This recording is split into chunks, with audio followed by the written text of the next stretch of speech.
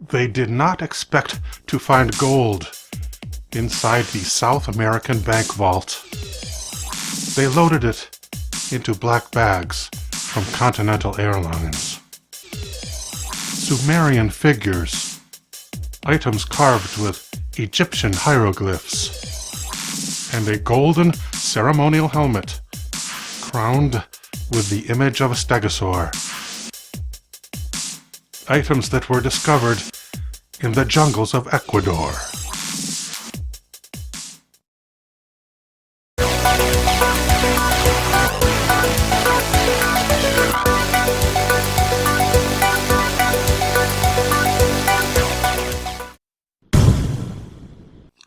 Before becoming a monk, Carlo Crespi studied anthropology in Italy at the University of Milan. Father Crespi was assigned to a small city in the Andes, Cuenca. To thank him for the orphanage he established there, Manuel, one of the villagers, brought him a Babylonian statuette carved centuries ago in stone. Because he knew Manuel to be impoverished, in exchange, the priest gave him a few centavos. Word spread, and people soon were bringing him antiquities from beyond the city.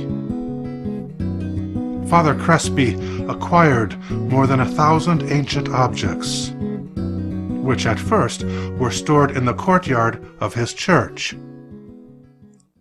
The Vatican granted him permission to build a museum. The museum caught fire in 1962, becoming a crucible in which all the relics made of wood were consumed, leaving unharmed only those made of precious metals and mysterious plates resembling stainless steel, imprinted with indecipherable language. Crespi died in 1982. His church sold the remainder of his stockpile to the Central Bank of Ecuador. It was a Saturday night when the new repository of Crespi's antiquities was breached.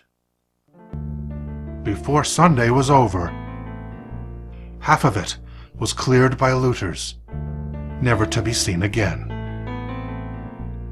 Fortunately, they saw no value in the books made of metal. Photographs exist of the gold and silver artifacts, bearing the same symbols as those on the metal plates. They came from the same source. One investigator wanted that location found. Juan Maurice was the very definition of a treasure-hunting adventurer. With help from Peruvian Indians, he uncovered a tunnel system in Ecuador containing ancient relics and a metal library. The entrance to the Tayos cave is cut into rock and large enough to drive a truck through. The tunnel walls are polished and smooth. At one turn, the tunnel opens up into a large gallery where the engraved plates were stacked neatly on shelves along all four walls of the enormous chamber. The plate material was lighter than aluminum, but more durable than steel.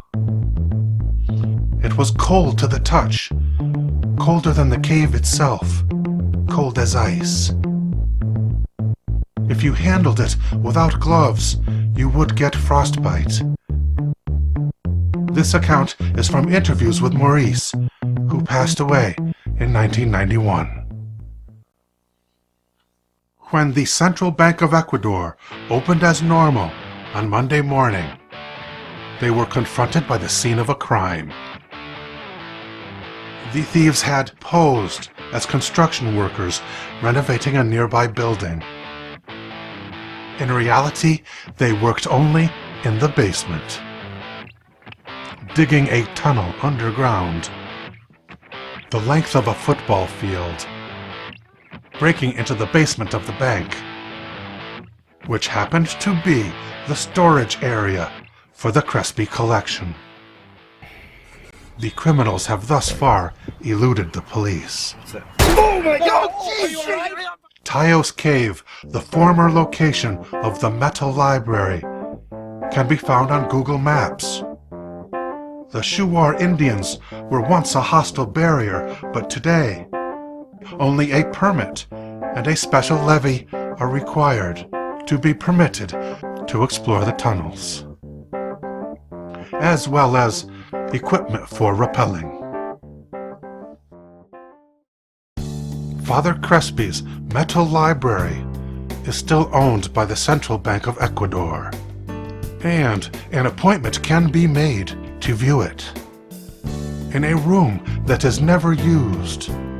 According to witnesses, you will find the rare plates strewn haphazardly all over the floor, stacked in disheveled piles, and spilling out of unmarked cardboard boxes.